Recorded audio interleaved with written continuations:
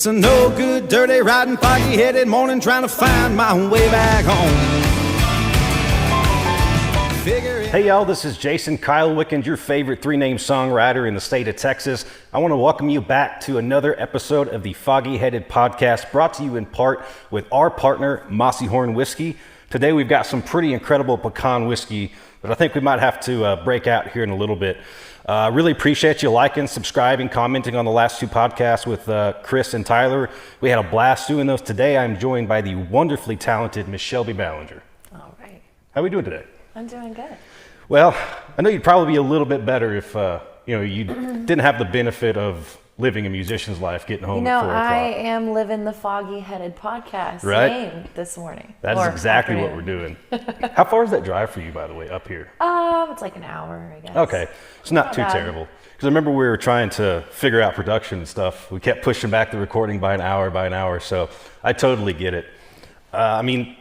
I always ask this question, it's cliche, but again, I try to run this podcast as if somebody was interviewing me, the questions I want people to know and answer. So like I said, it's asked 100,000 times, but when did you start playing? What instrument did you learn first and why? I've always loved to sing, and once I turned 18, I got my first car, and I started going to open mics, but I didn't know how to play anything, so I would bring my karaoke CDs with me, and I would have the DJ play those. And then I was at Hank's one night and my CD skipped and I was mortified. And I was like, we got to learn an instrument. Right. So you're like, pick this bad boy up. I can keep going. Yeah. And I'm left-handed, so when I went in there, I didn't know what I was doing. Oh, really? The guy told me, well, if you ever want to go to like a campfire, an open jam, like you're not going to get to just pick up any guitar. Sure. So I learned right-handed. Wow, so you're naturally left-handed? Mm-hmm. Oh, wow, that's pretty cool. I mean, you can go Jimi Hendrix and play upside down.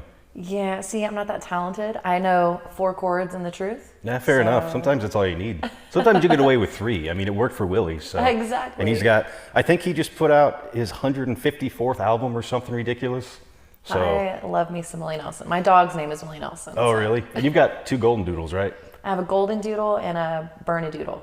What's a Bernedoodle? He's Bernie's mountain dog and poodle. Oh, wow. Mm-hmm. I think that's what kind of dog Stevie Ray Vaughan used to have. Okay. At least maybe one part, I don't know. They're my road dogs. He's Conway Twitty. Very, very nice. I wanted to name him Waylon, but like Willie and Waylon and boys. But my friend named her son Waylon, and I was like, well, now I can't name my dog that. Yeah, that might cause some problems. I'm looking at that guitar right now, actually, and it's very beautiful. Thank you. Both the tiger stripe, but I'm more interested, one in the strap, and also that sound hole. I've never seen a wooden sound hole cover before. Yeah, this is my baby, Francene. Francene. This, my friend's, I don't know what she would be to her. Her ex-husband's cousin or something. I don't know. Someone in the family we'll call it made that. this for me. But yeah, I've used it ever since, I guess, almost 10 years now. That's beautiful. Thank you. Has it faded at all? I mean, not really. How it was? This is pretty much how it was. So, and I love how I got another one from another girl, but it's so thick and like it just won't sit on me. Right. So I don't know. Should I like put water on it or something? Nah. I mean, I've just got broad shoulders, so it works for me. Could go thinner though, I guess. But I guess we're gonna hear you play that here in just a little bit with some songs you've been working on. Okay. And I asked this to Tyler Bond last time we filmed, and I got a lot of interesting responses. So I asked him who are his 3 greatest influences. It could be songwriters, it could be performers, it could be session musicians if you have any.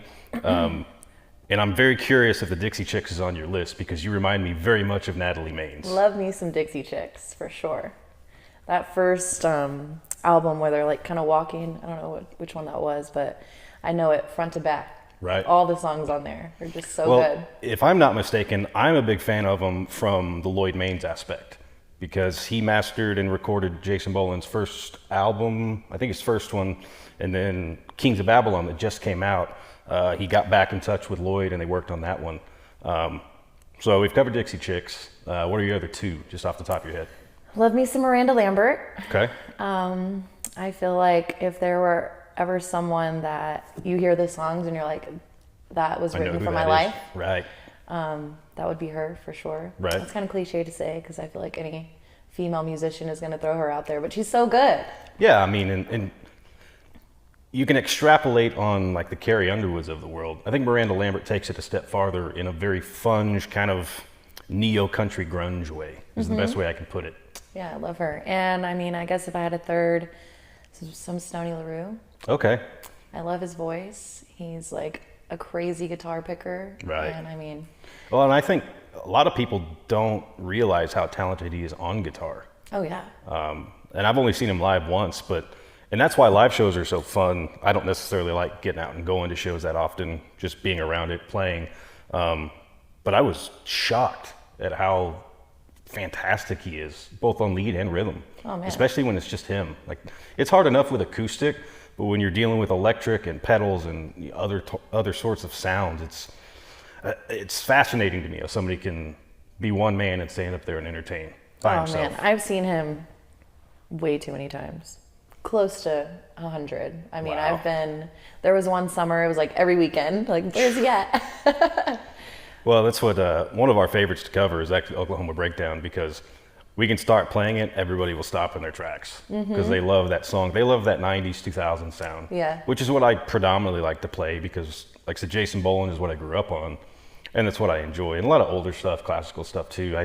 I can't think of any song besides One Too Many by Luke Combs that I play that's after 2010, maybe. Well, that's all the good stuff was. The 90s country. Oh, yeah. And we've started to incorporate quite a bit more of those with Tracy Byrd and Sawyer Brown and all kinds of those songs you forgot you knew, basically. Yeah. And that's why the band's great, too, because they'll give me suggestions, for 90 songs, like Little Texas, for example. I forgot they existed. Right? Oh, they have some bangers. They just don't pop up on Spotify that often. So it's really fun to kind of go back to that. Another interesting thing I like talking about is mental health aspect stuff, just because, and a lot of people don't understand it until you've performed on stage or, played a sporting event at a high level. Like, do you ever get overwhelmed with adrenaline? Oh, yeah. Right?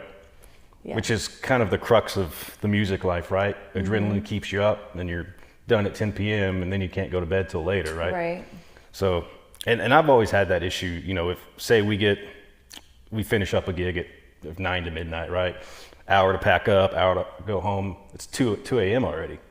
Last thing I want to do is go to bed. Right. Because I physically can't. But it's okay. We've got our partner, Mossy Horn, and sometimes they'll help you. Nightcap. Yeah, just enough to get you going for the next day. And speaking of that, I always notice you are incredibly booked every single month. Wild. And I mean, talking 20 plus shows a month. One, on the booking aspect, how long has that taken you? And two, how do you keep up with it? I don't know. I always say I'd rather be busy than bored. So I mean, very fair. it's very dark in here. So when I'm home Right. alone, I don't like it. I like to be out and about. And Oh, very cool.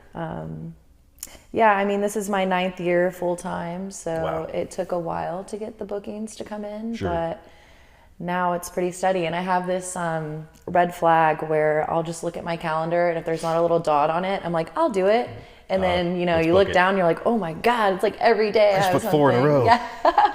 I went to my mom's this morning, and she's like, why are you up so early? And I was like, I'm as actually if gonna I go to didn't bed. have enough on my plate, I added a podcast to today, Right. Well, I mean, we really appreciate you stopping by today.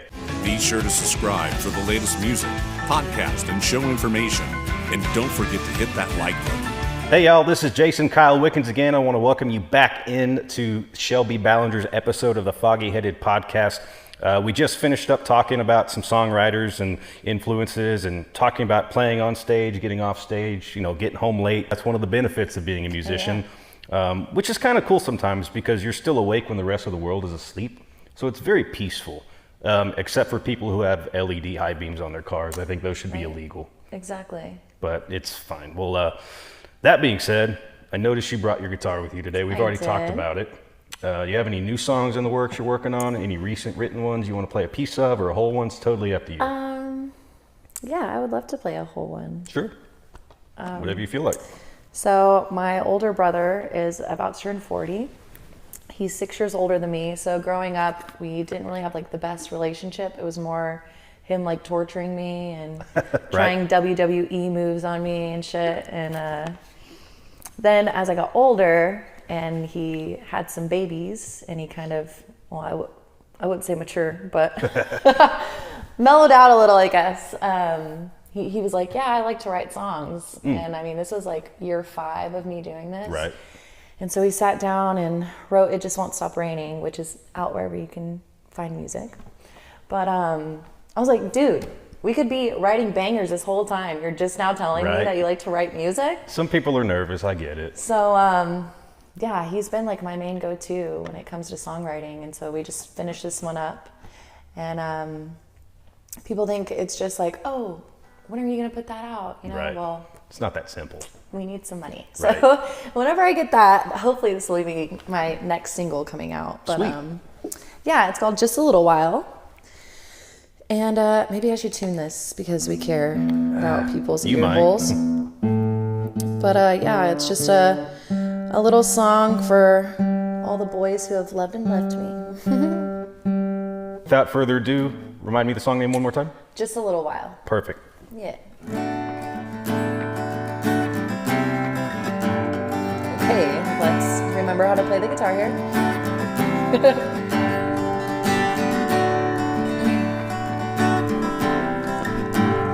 Losing love in every sentence, growing stronger every day. And I'm counting down the minutes till I get to see his face. But he met me with that crooked smile, and something just ain't right.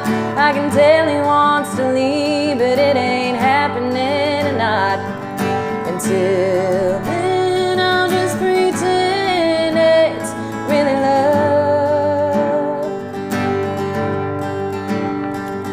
And why does it have to be just a little while?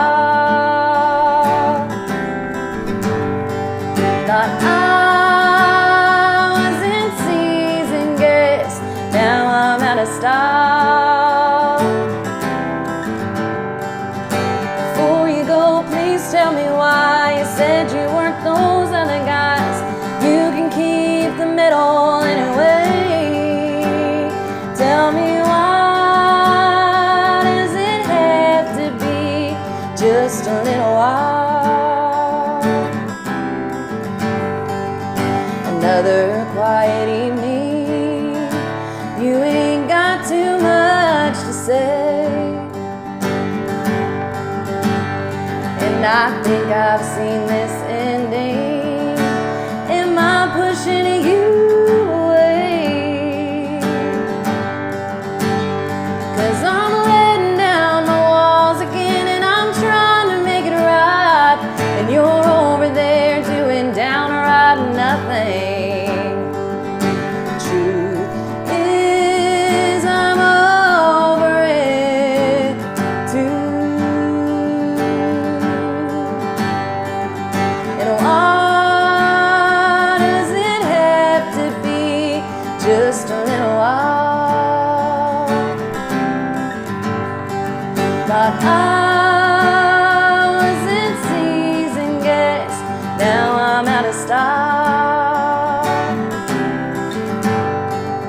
Before you go, please tell me why you said you weren't those other guys. You can keep the middle anyway. Tell me why does it have to be just a little while? And then we're just gonna picture a really epic guitar solo here that I don't know how to play. Do-do-do-do-do.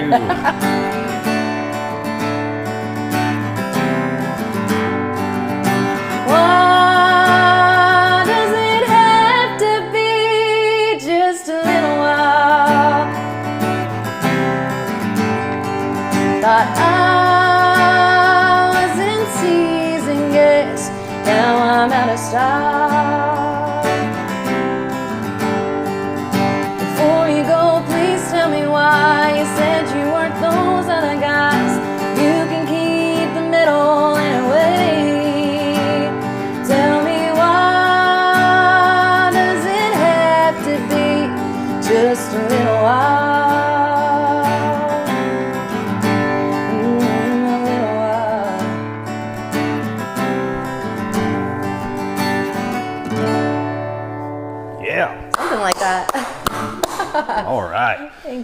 is the one and only Miss Shelby Ballenger, who just played us a brand new tune that I really hope for everybody else's sake, because I just heard it live, but I hope for your sake you can find it on Spotify, Apple Music, hopefully sooner than later.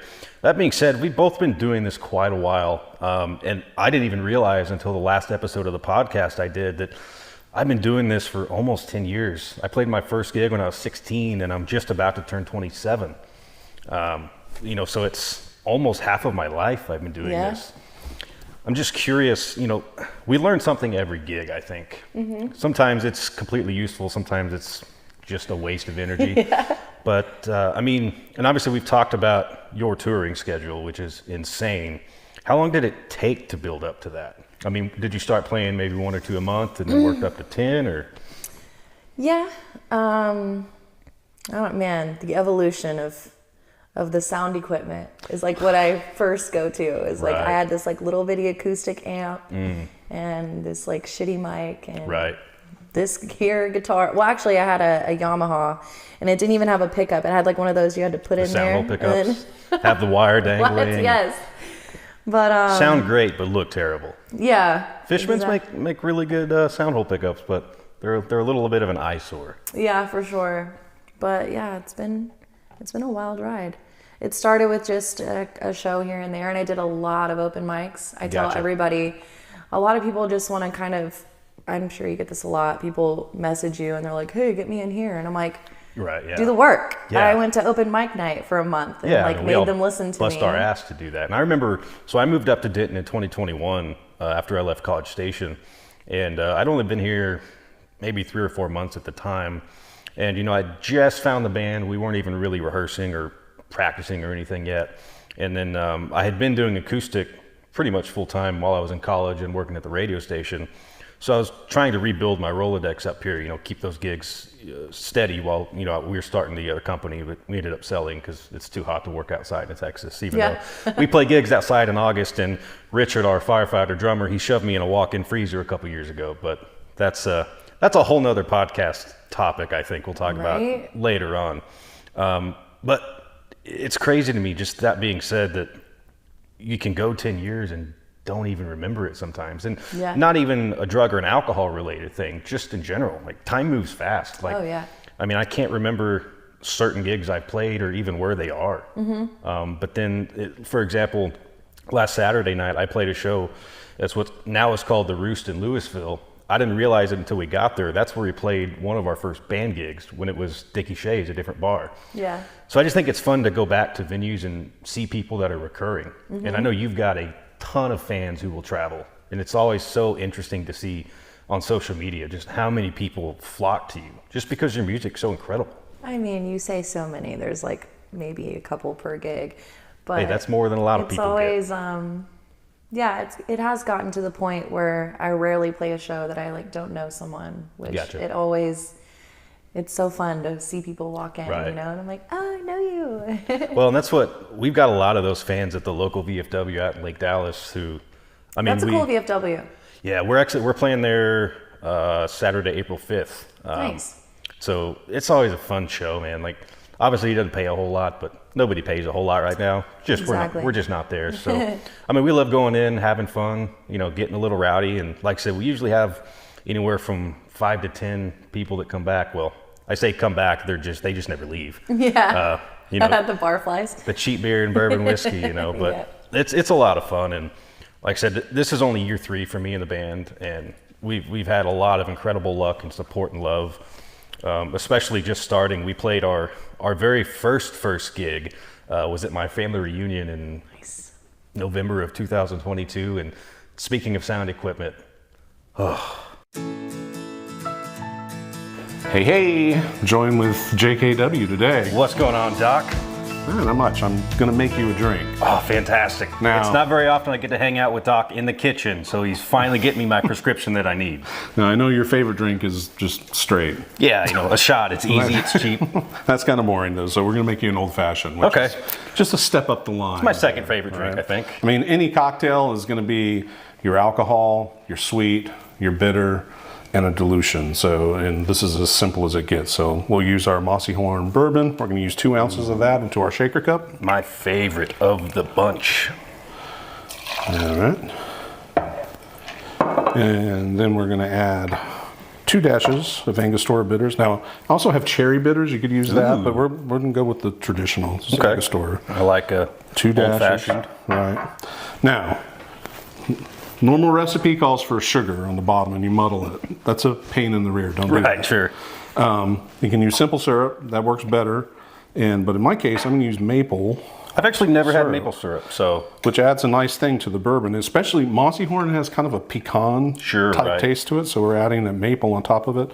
You don't need a lot. You need about a 1/4 ounce of that. And this is just a plain bourbon, correct? It's just a plain bourbon. Sweet. All right, I'm going to give that a shake.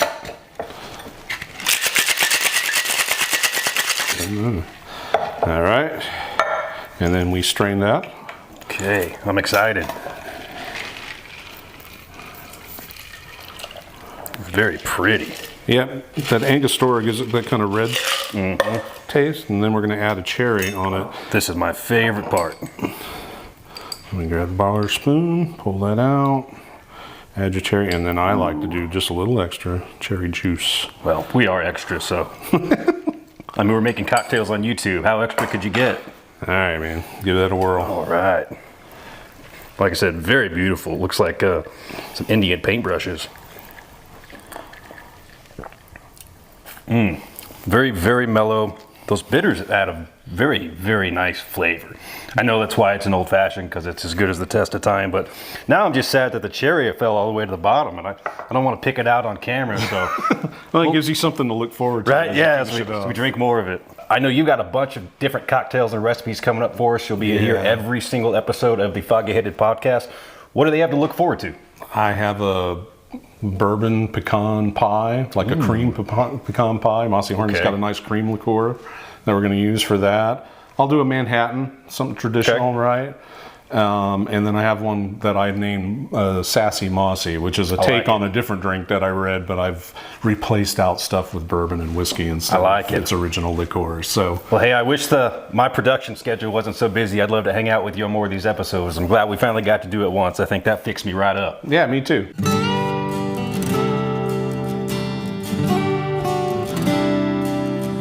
Your highball glass is half full, the grass is greener, till the bottles are rolling on the floor. You know the whiskey makes you meaner.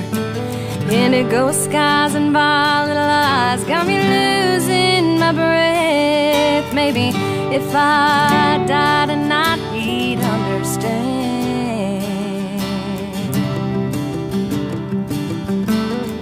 Sometimes it feels like the sun is shining.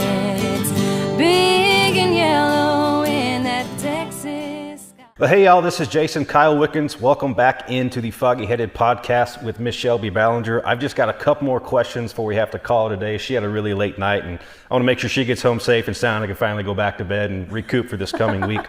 I had a conversation with Chris Cunningham about this, both on the podcast, and I saw him at Rhinestone Saloon last weekend when I was doing an acoustic show. And we talked about songwriting and performing being a cure and or a symptom. And he brought up a very good point, just like the last song you just played us. That seems like it brought a cure out of a symptom, which is kind of what he mimicked. I don't know that I necessarily agree just with my songwriting and how I go through life, but I'm just curious of your perspective on that. Like my angle to songwriting? Well, not necessarily that, but just when life experiences pop up, whether they're good, they're bad, they're fun, they're hateful, just if that is what triggers a song idea, or if something in the past, maybe subconsciously you don't even realize, and start writing a song and you go, oh wait, this applies to this. Yeah. Now I have a target direction to build a story around. Yeah, see, I wish I had, like Carissa Carter has this magic where she just writes like 12 songs a day. Right. And she just pushes them out, and it's all different. She writes about all kinds of different things. But for me, it's more of, it's kind of like a journal for me. Right, sure, just like something has to happen to me for me to write about it. That's why I don't have a whole lot of happy songs. Well, and I'm glad you brought that up actually, because Chris Cunningham is the same way. And I also very much agree with him that you can't write a song to help somebody if you've never been in that situation.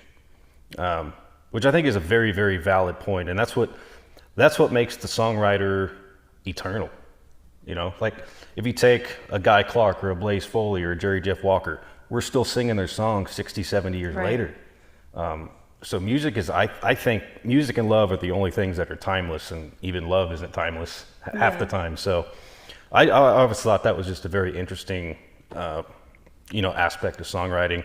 One last thing, I guess, sticking with songwriting, is it more of a craft or is it more of like true writing to you? I wouldn't consider it a craft. I'm so hard on myself because I always think it's too cheesy or this doesn't make sense. And I have a song called Colors, and one of the lines is your Roy G. Biv in a Dixie cup. Right. And I'm like, no one's gonna know what Roy G. Biv is, but a lot of people are like, that's a cool line. Well, and that's the thing too, is if the music and the melody is good, I've noticed more and more and more, even on some of my, what I consider my best songs, my most heartfelt, they're just not the most popular. Because some people don't necessarily want to do the mental work to understand a song, and I can't blame them. If they want to go out and have a good time, they want to hear Foggy Headed Morning, not Purple Shades of Heaven. Well, hey guys, I want to thank you so much for tuning in again to the Foggy Headed Podcast. One quick thing before we leave, I always like to ask, we love to support our musician friends, and we try to help each other along the way. Shelby Ballenger, please tell everybody where they can find your music, your socials, your gig schedule, which is ridiculous and crazy.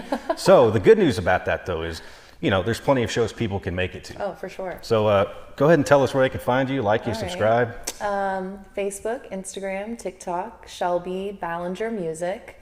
All my songs are on Spotify, iTunes, Google Play, YouTube, wherever you listen.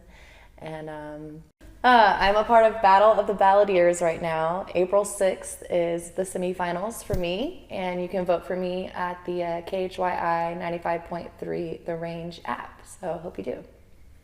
Well, very cool. Hey, I want to thank you so much for getting up early, or not going to bed, maybe however you want to put it, making the drive an hour here. We really appreciate it. We really love this setup. It's so fun to talk to other artists, and I'm just grateful and lucky that you finally had a Sunday off. Yeah, thanks for having me. So, Shelby Ballenger, if you haven't yet, I don't know why you wouldn't, but please go check out our brand new album, Red and Blue. We've got plenty of songs on there, pretty much for anybody in the country vein, and even in some Southern rock. And if you want to have some fun with us, come hang out, drink some whiskey, drink some beers, share some hugs, share some handshakes. We will be throwing our album party release on May 3rd at Poor David's Pub. And if you remember, a little Easter egg, Poor David's Pub is where I played my very first show ever. So it's a little fun and nostalgic to always go back to, your roots, So this is Jason Kyle Wickens. This is the Foggy Headed Podcast. Y'all keep tuning in for more incredible artists. Now streaming on all major platforms, Red and Blue, Jason Kyle Wickens' debut album. Figuring out, leaving no doubts where the hell that I went wrong. Was it the beer on tap?